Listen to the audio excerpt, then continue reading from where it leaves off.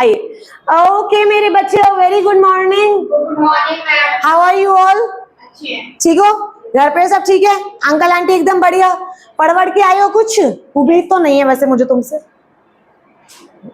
आइए चलो सुनना बच्चे ध्यान से। लास्ट क्लास तक हम लोगों ने मेमोरेंडम ऑफ एसोसिएशन हमारा एक टॉपिक था वो खत्म किया था, सेक्शन 8 कंपनी के बारे में पढ़ा था।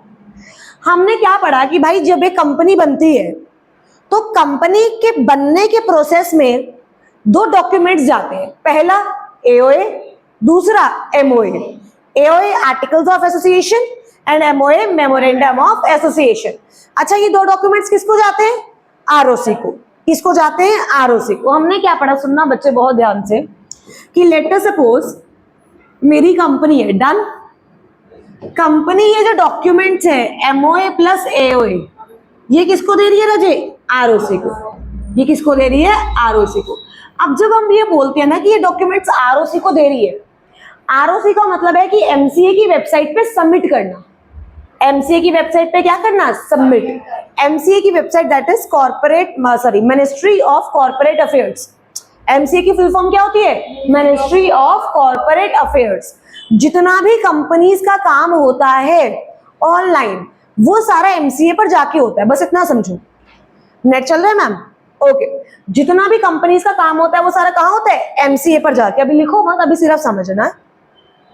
जब मैंने ये बोला कि मैंने आरओसी को एक डॉक्यूमेंट फाइल किया तो मैं फाइल करने गई है, मैंने एमसीए पे डाल दिया। मैंने एमसीए पे डाल दिया। कहाँ डाल दिया? एमसीए पे। मतलब ये अपलोड हो जाता है एमसीए पे। कहाँ अपलोड हो जाता है? एमसीए मतलब मिनिस्ट्री ऑफ कॉर्पोरेट अफेयर्स के। यहां तक हम ठीक है बच्चे? अब सुनना, उसके बाद लॉ मेकर क्या बोलता है कि ये जो डॉक्यूमेंट्स है ना ये मिनिस्ट्री की वेबसाइट पे अपलोड हो जाते हैं। मिनिस्ट्री की वेबसाइट पे क्या हो जाते हैं? अपलोड।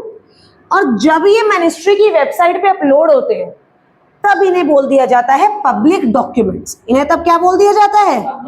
Public documents. अब सुनना मेरी बात, पब्लिक डॉक्यूमेंट्स का क्या मतलब? नील अभी लिखो मत बच्चे, ठीक है? अभी मैं टाइम दूंगी लिखने का। हाँ जी, पब्लिक डॉक्यूमेंट्स का क्या मतलब होता है बच्चे? What do we mean by public documents? Documents that are available for public. भाई जो पब्लिक के लिए अवेलेबल है, आप कभी भी जाओगे कभी भी उन्हें चेक कर सकते हो, वही तो होते हैं ना पब्लिक डॉक्यूमेंट्स। आप समझो मेरी बात, क्या तुम्हारी notebook is a public document? No, क्योंकि वो तुम्हारी है।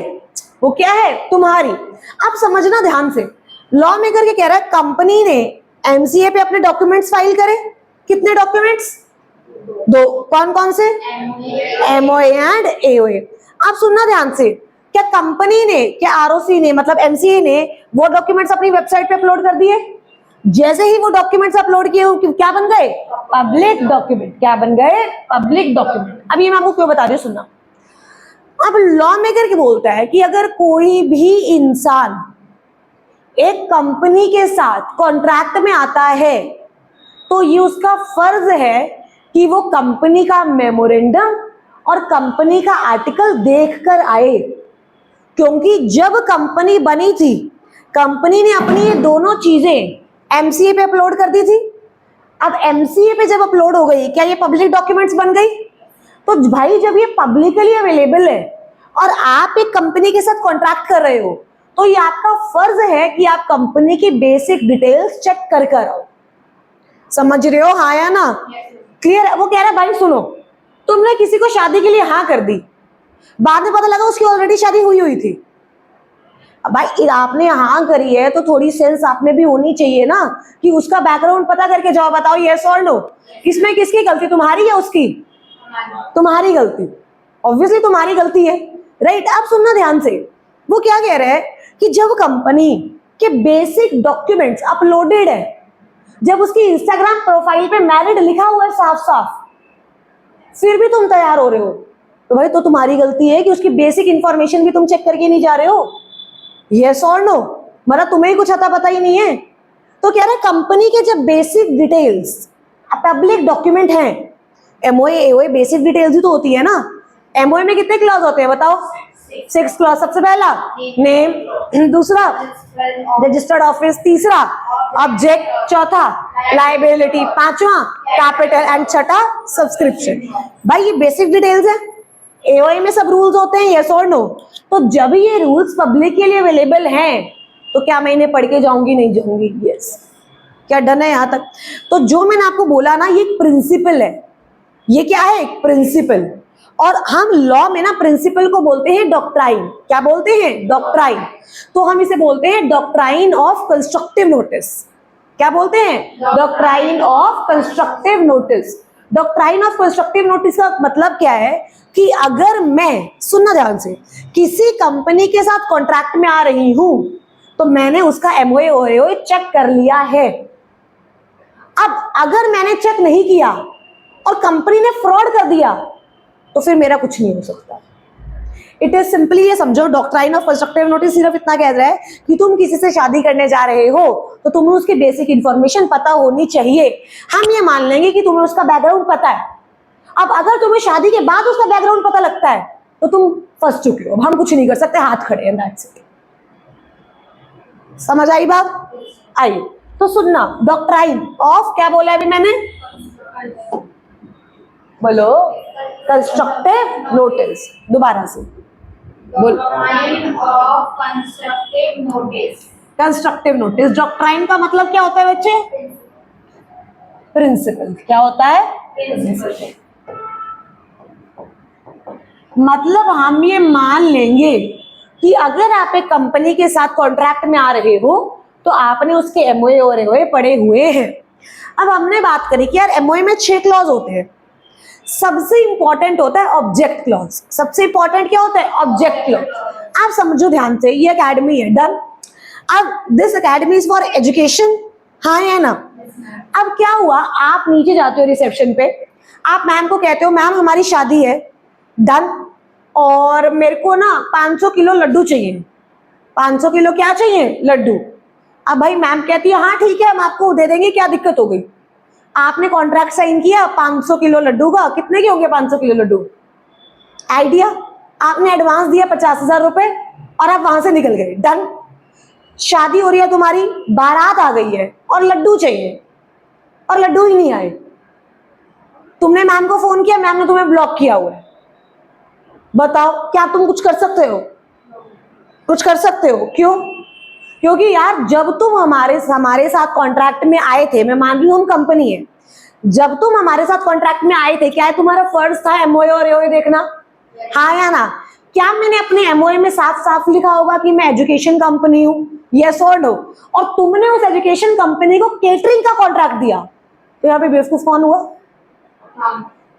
तुम, राइट? पर क्या तुम हो? नहीं। तो क्या अब तुम एमओए और एओए पढ़ोगे? अच्छा, क्या अब तुम बोलोगे यार इन्होंने तो लड्डू दिए ही नहीं? भाई लड्डू देने तो हमारा काम ही नहीं था। इतनी सेंस तो आप में होनी चाहिए थी ना कि अगर आप मेरी कंपनी के साथ कॉन्ट्रैक्ट कर रहे हो तो पढ़ के आओ।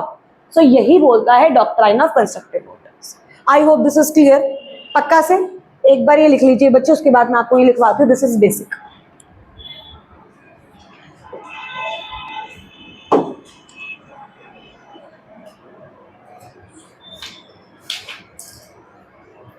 कंस्ट्रक्टिव नोटिस लिखते हैं, आपको बहुत इजी लैंग्वेज में लिखवा देती हूँ सो दैट आपको जब आप पढ़ो तभी आपको क्लियर हो जाए।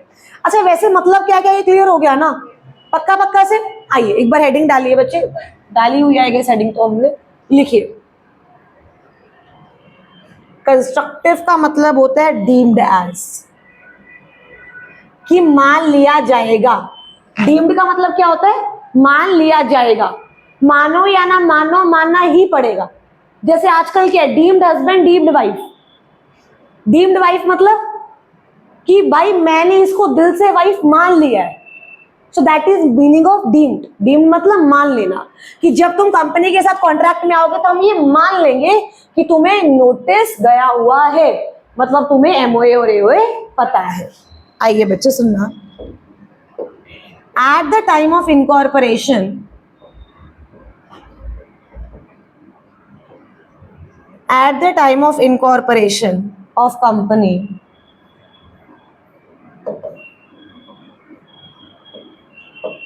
its important documents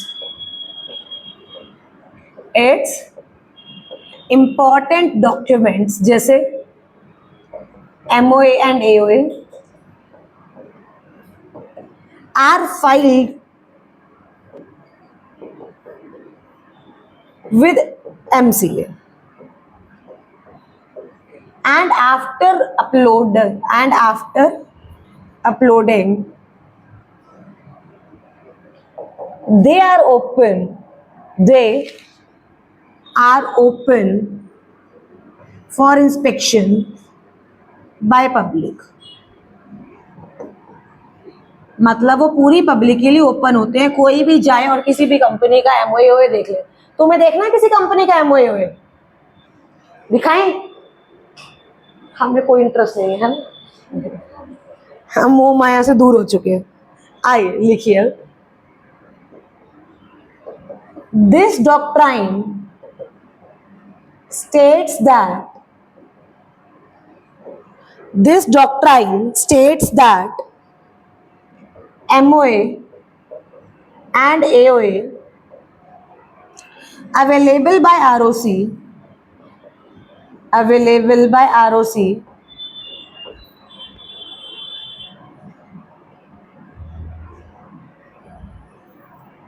shall be deemed as notice to public.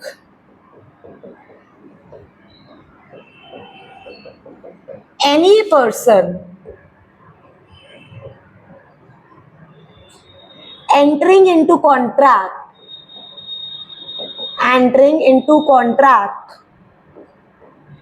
with company is under obligation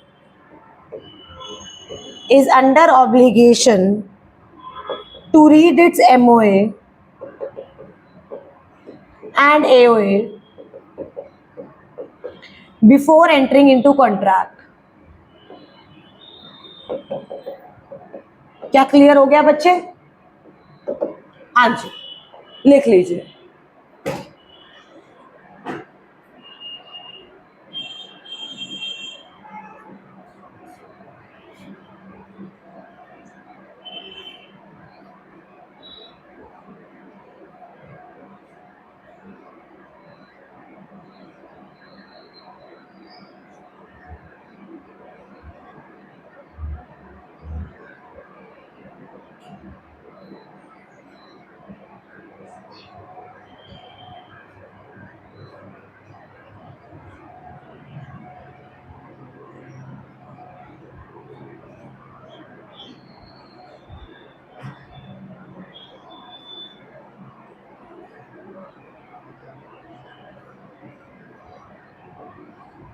हो गया? चले आगे।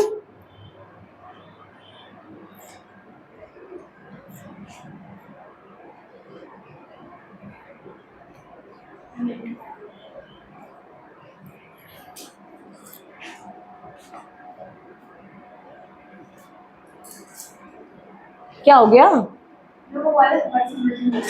आइए, any person entering into contract with the company is under obligation to read its MOA and AOA before entering into contract. यही मतलब है इसका। Done? अब समझो ना ध्यान से, मैं ये बोल रही हूं कि भाई तुम चोर के साथ कॉन्ट्रैक्ट में आ रहे हो, चोरी तो वो करेगा ही ना, मतलब अगर उसने चोरी कर ली तो यू कैनॉट ब्लेम हिम क्योंकि वो चोर है। मतलब अगर आप देखो तो डॉक्ट्राइन ऑफ कंस्ट्रक्टिव नोटिस ये आउटसाइडर पे ऑब्लिगेशन लगा रहा है और कंपनी को सिक्योर कर रहा है कि भाई गलती तुम्हारी है कि तुम पढ़ के नहीं आई, कंपनी तो फ्रॉड करेगी ही करेगी। समझ पा रहे हो यहाँ? यस और नो? ये किस पे ऑब्लिगेशन लगा रहा है? आउटसाइडर पे। ये किसको फेवर कर रहा है?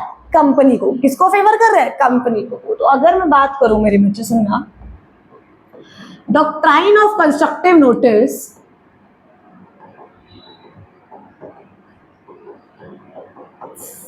ऑब्लिगेशन डाल रहा है आउटसाइडर पे,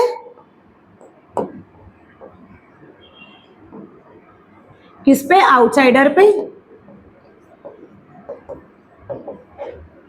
और किसको फेवर कर रहा है? हाँ जी, यस, ऑब्लिगेशन मतलब रिस्पॉन्सिबिलिटी, आप लिख भी सकते हो।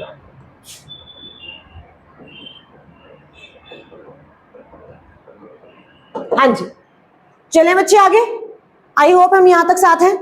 आप सुनना ध्यान से, मेरा एक सवाल आपसे, एंड आपको बताना है इसमें डॉक्ट्राइन ऑफ कंस्ट्रक्टिव नोटिस लगेगी या नहीं लगेगी, या फिर गलती किसकी है। डन।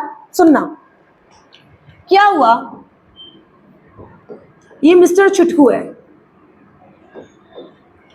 मिस्टर छुटकू कंपनी के साथ कॉन्ट्रैक्ट में आता है, ठीक है। कंपनी के एओए में क्या लिखा है कि अगर कंपनी किसी भी कॉन्ट्रैक्ट में आएगी तो उसमें 2 डायरेक्टर के साइन चाहिए, 1 सीएस का साइन चाहिए, ठीक है। इनके साइन मैंडेटरी है कि अगर कंपनी किसी भी कॉन्ट्रैक्ट में आएगी तो 2 डायरेक्टर का साइन चाहिए और 1 सीएस के साइन चाहिए। क्या क्लियर है? अब 2 डायरेक्टर में से एक जो डायरेक्टर है ना, वो मैनेजिंग डायरेक्टर होना चाहिए। क्या होना चाहिए? क्या यहां तक हम सब साथ हैं? अब क्या हुआ, सुनना ध्यान से। कंपनी ने मिस्टर छोटू से 10 करोड़ रुपए बोरो किए। कंपनी ने मिस्टर छोटू से क्या बोरो किए? 10 करोड़। तो क्या इनके बीच में एक डीड बनी होगी? यस और नो? बिल्कुल बनी होगी। तो जो इनके बीच में कॉन्ट्रैक्ट हुआ, जो डीड बनी, उसमें किसके साइन थे? सुनना, 2 डायरेक्टर के साइन थे, जिसमें से एक एमडी था, सिर्फ इसके साइन थे। डन। अब मिस्टर छोटू खुश हो गया, चला गया। After 5 years mister Chhutku asks company to return money. Company says not to do so. Mister Chhutku आया पैसे मांगने, कंपनी कहती हम पैसे नहीं देंगे। क्यों? क्योंकि हमारा कॉन्ट्रैक्ट ही वॉइड है। कॉन्ट्रैक्ट ही क्या है? आप बताओ, क्या मिस्टर छुटकू कुछ कर सकता है? कर सकता है? नहीं कर सकता? नहीं कर सकता यार। अब मिस्टर छुटकू क्या कर सकता है? क्योंकि एओए में साफ साफ लिखा था कि किसकी साइन चाहिए? 2 डायरेक्टर, जिसमें से एक एमडी और एक सीएस के। बट हमें किसके साइन मिले? सिर्फ 2 डायरेक्टर। तो मतलब सीएस के साइन तो है ही नहीं। यस और नो? यहां पे सुनना, अगर मैं लिखूं नो रेमेडी अवेलेबल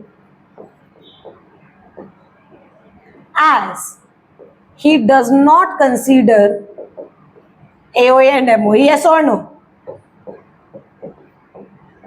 अब आप कहोगे मैम ये देखो, पर कंपनी ने तो गलत किया ना, फिर कंपनी बच गई। अब आप देखो, डॉक्ट्राइन तो समझ आ गई हमें, पर इस केस में गलती तो कंपनी की है ना, क्योंकि कंपनी ने फ्रॉड तो किया है ना। तो क्या कह रहे हैं कि कंपनी को हम इसके अंदर सजा नहीं देंगे। बट क्या मिस्टर छुटकू वैसे कंपनी पे केस कर सकता है? यस। कि कंपनी के डायरेक्टर्स पे केस कर सकता है? यस। क्या डन है यहां तक? नोट डाउन करो।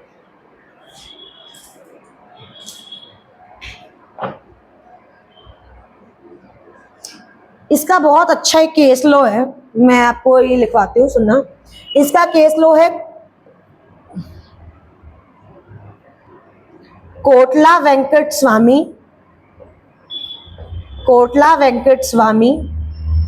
वर्सेस चिंता रामा मूर्ति। उस केस में भी कुछ ऐसा ही हुआ था।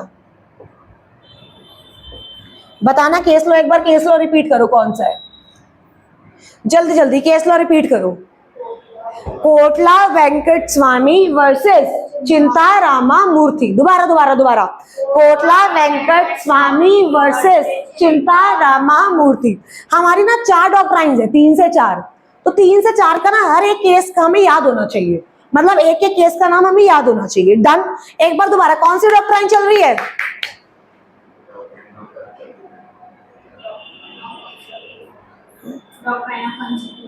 बोलो या बोला करो यार, एक बार। क्या कर रहे हो तुम, बताओ?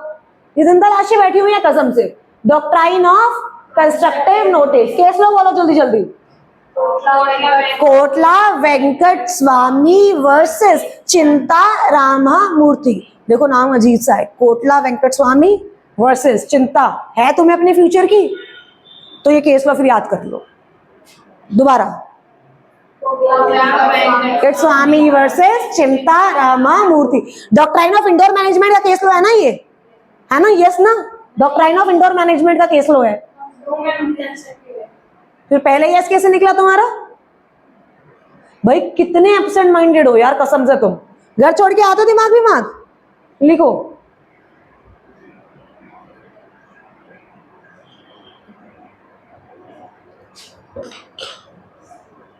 बुक का पीडीएफ खुला हुआ आपके पास?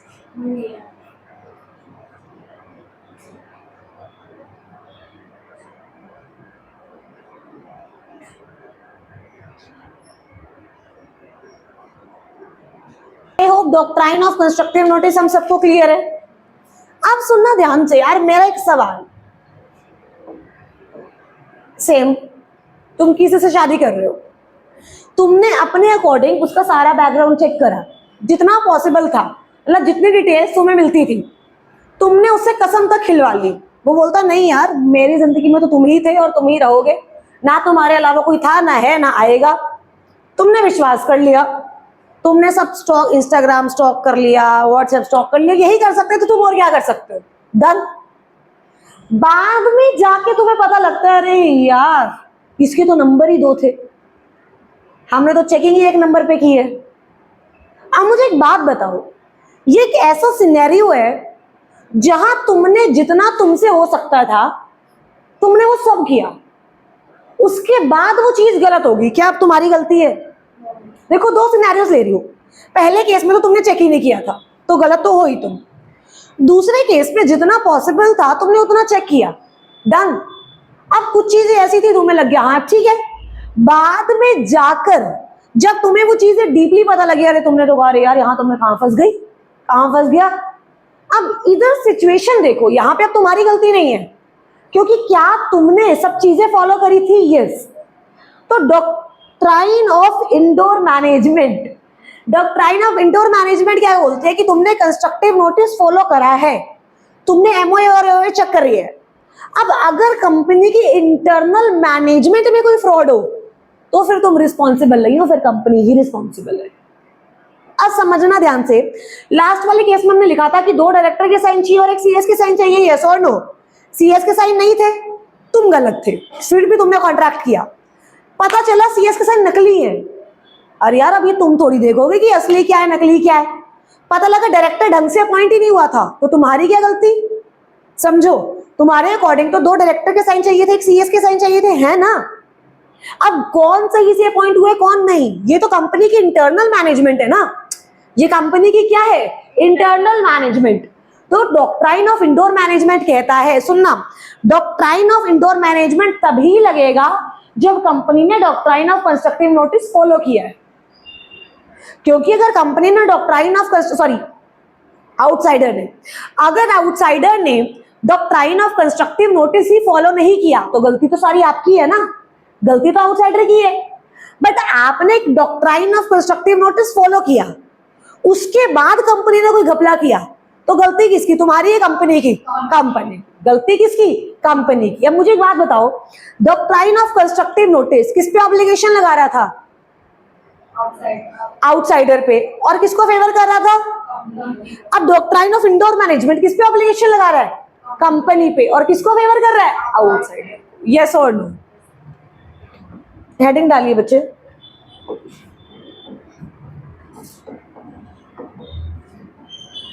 डॉक्ट्राइन ऑफ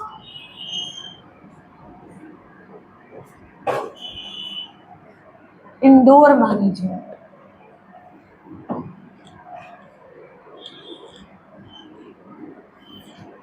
ये ऑब्लिगेशन लगाता है कंपनी पे और किसको फेवर करता है?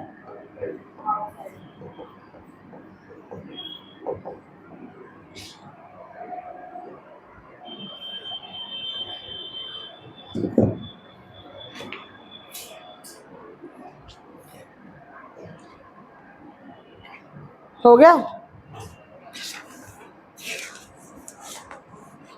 Just give me a minute.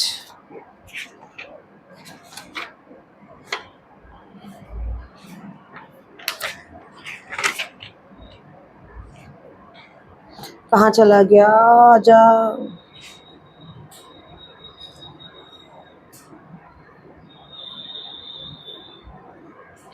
Name clause, just give me a minute.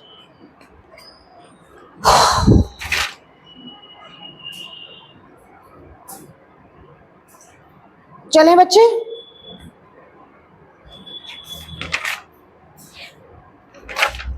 आइए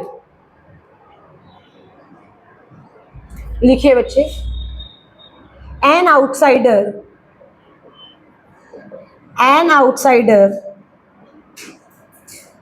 who has consulted the MOA or AOA of company has completed his responsibility, yes or no? Has completed his responsibility. मतलब doctrine of constructive notice is complied. Complied का मतलब होता है किसी चीज को आपने फुलफिल कर लिया. कंप्लाइड का मतलब क्या होता है? किसी चीज को फुलफिल कर लिया. Doctrine of constructive notice is complied.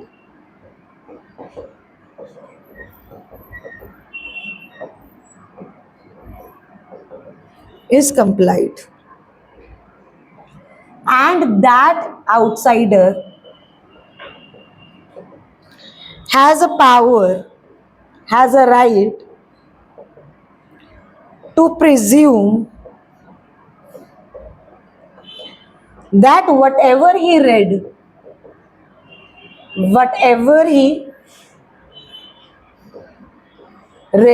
in MOA and AOA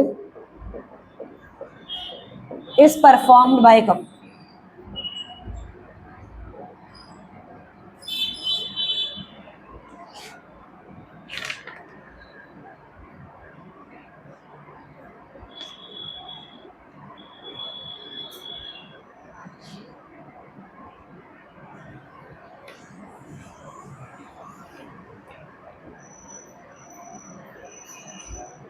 चले आगे.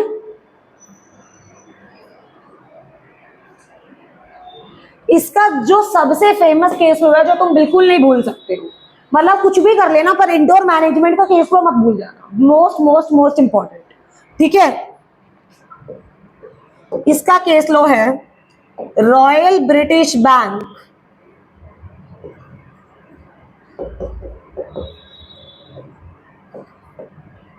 वर्सेस टर्कवैंड.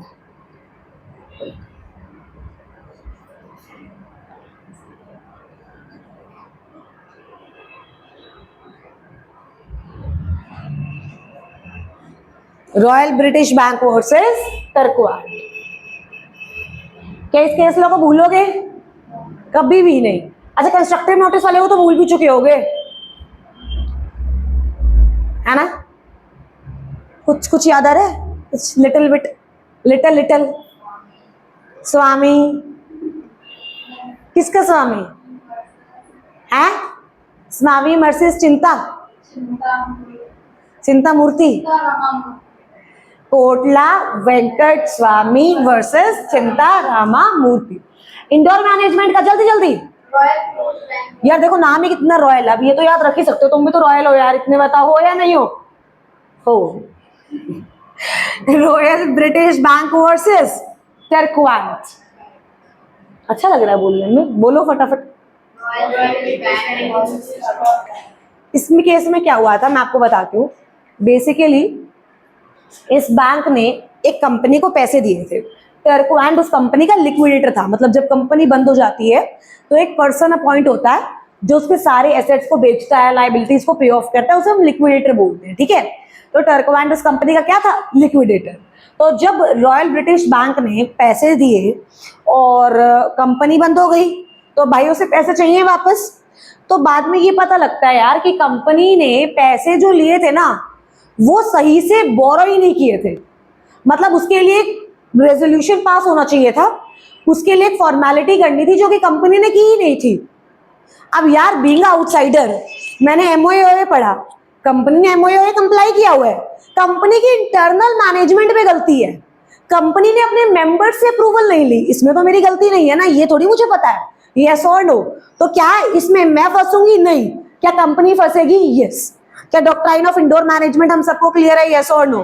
पक्का से एक बार लिख लिया, डन. फटाफट से अपनी बुक्स खोलिए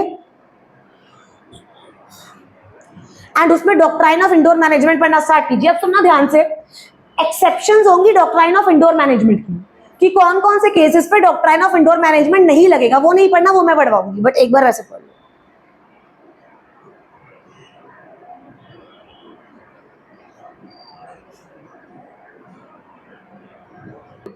चले आगे। अब सुनना ध्यान से, वो क्या कह रहा है। अगर मैं आपको यहाँ पे बहुत ज्यादा लेमैन लैंग्वेज में, मतलब एक ऑर्डिनरी लैंग्वेज में लिखवाऊं, तो सुनना कि भाई आउटसाइडर को कंपनी के बाहर की पोजीशन पता होनी चाहिए, मतलब एमओए एओए पता होने चाहिए, बट इंटरनल पोजीशन तो हो सकता है पता हो या तो ना हो, यस और नो। लिखिए बच्चे, outsiders are bound, outsiders are bound to know the external position of the company,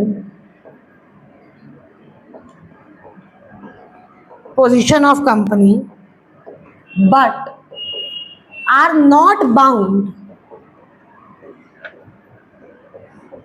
to know the internal management, yes or no?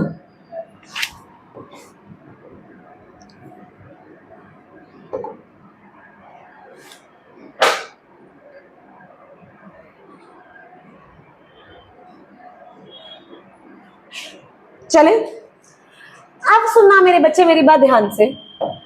इस केस में क्या हुआ, ये केस हमारा डन हो गया। अब आता है एक्सेप्शंस। अब क्या आता है बच्चे, एक्सेप्शंस।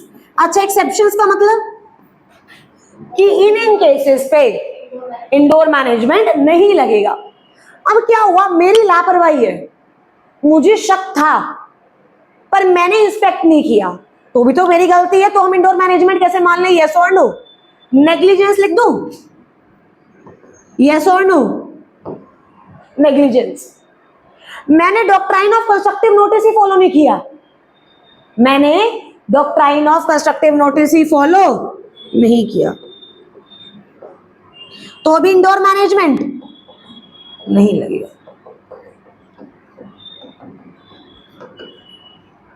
जो कंपनी एक्ट कर रही है वही एक्ट इलीगल है, वही एक्ट क्या है, इलीगल। भाई तो तुम बचोगे थोड़ी, तुमने, मेरी बात सुनो, तुमने किसी को मारने का कॉन्ट्रैक्ट दिया, उसने नहीं मारा, तुम कोर्ट में थोड़ी चले जाओगे, मैंने इसको 10,000 रुपए दिए थे और इसने मारा नहीं, यस और नो? क्योंकि वो एक्ट ही क्या है, इलीगल। क्या है, इलीगल।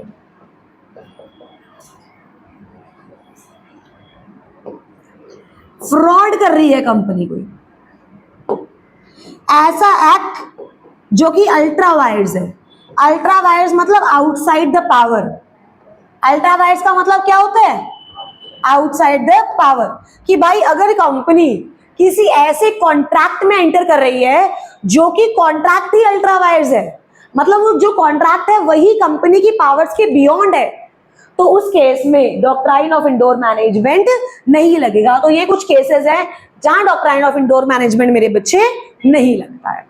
क्या हम यहां तक क्लियर है, पक्का पक्का से? तो आज हमने 2 डॉक्ट्राइन्स फिनिश की। सबसे पहली कंस्ट्रक्टिव नोटिस, दूसरी doctrine of indoor management. Doctrine of constructive notice किसकी थी,